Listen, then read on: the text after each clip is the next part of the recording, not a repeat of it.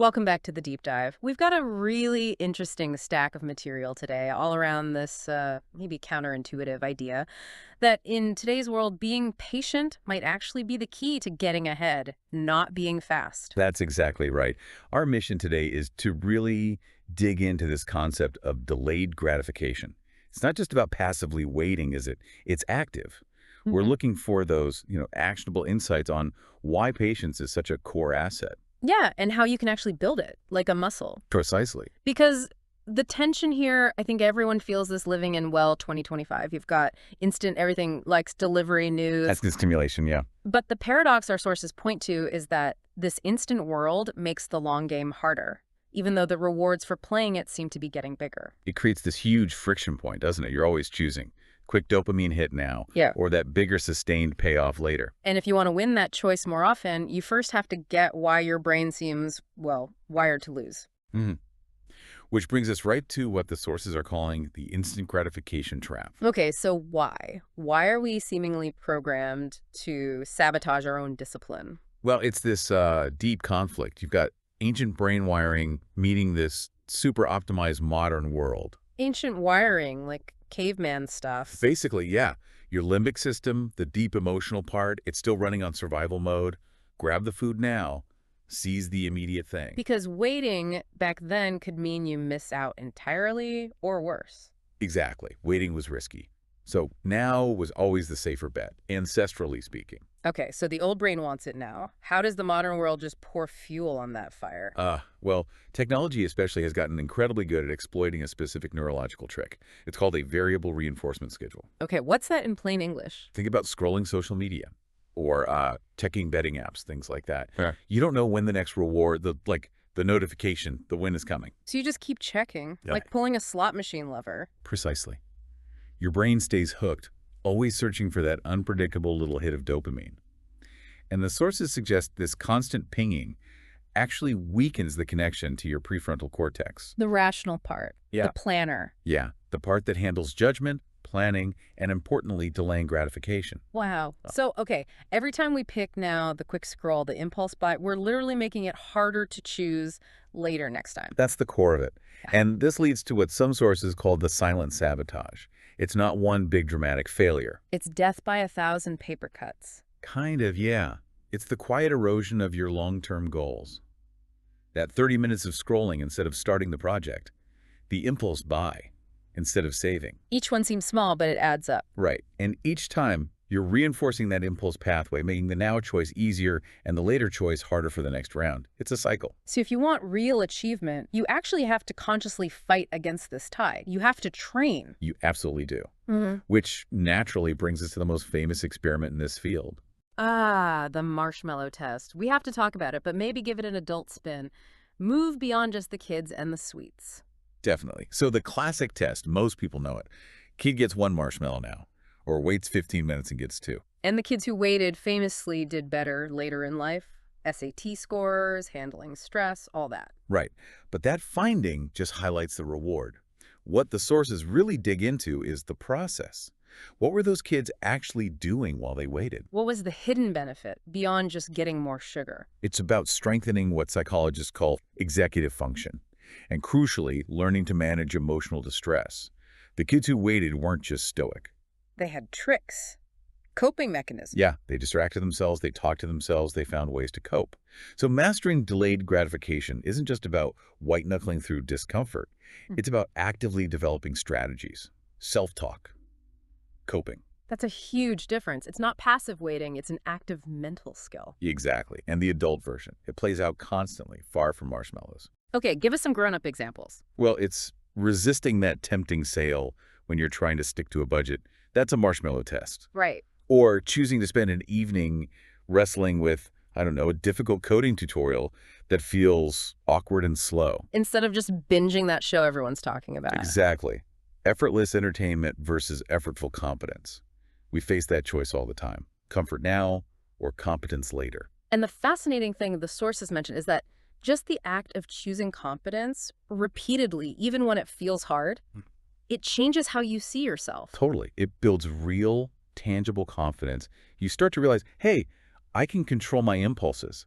You shift from feeling like a victim of your urges to being, well, the architect of your actions. And that feeling, that ability to push through a bit of discomfort for a bigger game. That's resilience right there. Yeah. That's the core of it. Okay, so if we agree this is skill, a muscle, let's get practical. What's the workout plan? What techniques did the sources offer for actually building this patience muscle? Right, because you need tactics that can sort of jump in before the impulse just takes over. The sources laid out 4 main training areas. First one, seems simple, but it's key.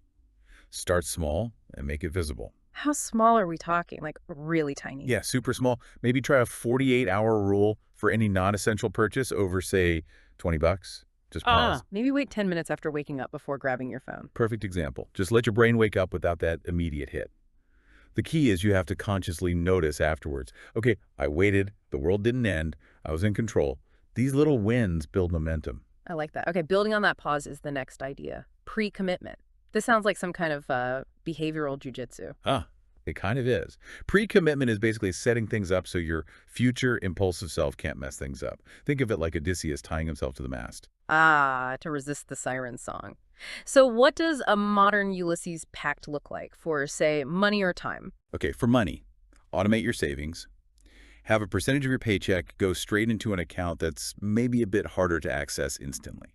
Like, it takes a few days to withdraw. So you remove the decision from the moment of temptation. Exactly. You've made the good choice, the default, the easy path for time. Using website blockers during focus work hours, you just remove the option to get sidetracked. That's clever. It uses your own inertia against the impulse. Okay, what about managing the sheer volume of digital noise we talked about? Right. That needs its own strategy. A periodic digital detox. And this isn't about punishment. It's about resetting your brain's baseline. Lowering the need for constant hits. Exactly. So maybe implement intentional breaks. No phone notifications for the first hour after work, perhaps. Just breaking that constant feedback loop helps you regain conscious control over where your attention goes. Okay, and the last one. This sounds like the ongoing work, mindful awareness. Yeah, this is the moment-to-moment practice. It's about catching yourself between the urge and the action. That split second.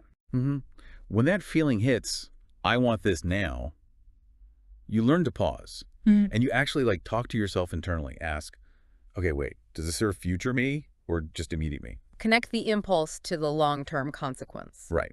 That active awareness turns what was an automatic reaction into a deliberate choice. Even if you still sometimes choose now, you're doing it consciously. That's progress. Okay, so we've got the trap, the test, the training, but why does mastering this pay off so much? Let's talk about the compounding power, investing in your future self. Yes. This is probably the most exciting part. Yeah. Because discipline, patience, it's not linear.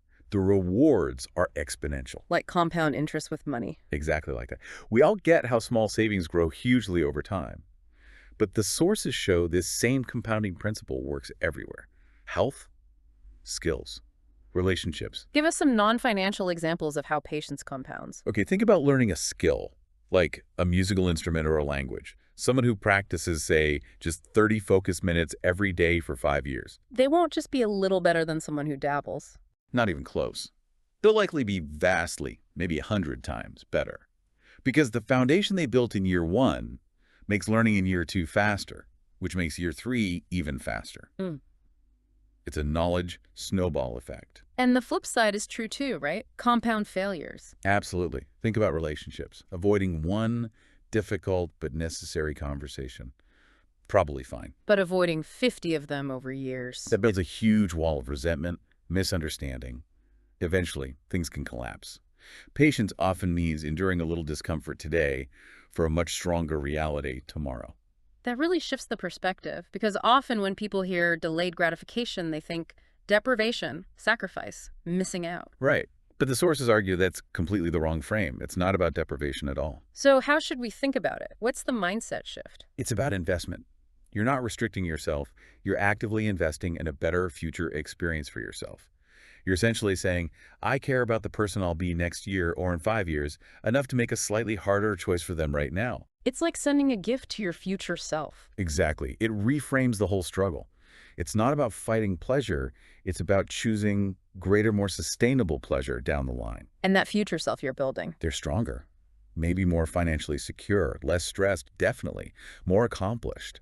They aren't carrying the burden of regret or debt that your impulsive past self might have created. You're building them a better foundation to live on. You're deliberately creating a reality where they can thrive based on the intentional choices you're making right now, today. That really is the ultimate payoff, isn't it? Choosing long-term well-being over that fleeting impulse, seeing patience not as just waiting, but as actively choosing your future. And the amazing thing is, the sooner you start consistently making those choices, even small ones, the sooner that compounding effect really kicks in. This has been incredibly insightful. Patience is definitely not passive. So let's wrap up with a direct challenge for everyone listening. Something concrete for this week. Okay, first step. Identify just one area in your life where you notice that silent sabotage creeping in most often. Is it late-night phone scrolling? A specific type of impulse buy? Skipping workouts? Just pick one. Then implement one of those techniques we talked about. Maybe it's that 48-hour rule for spending. Maybe it's setting up that automatic savings transfer. Maybe it's putting your phone in another room for an hour.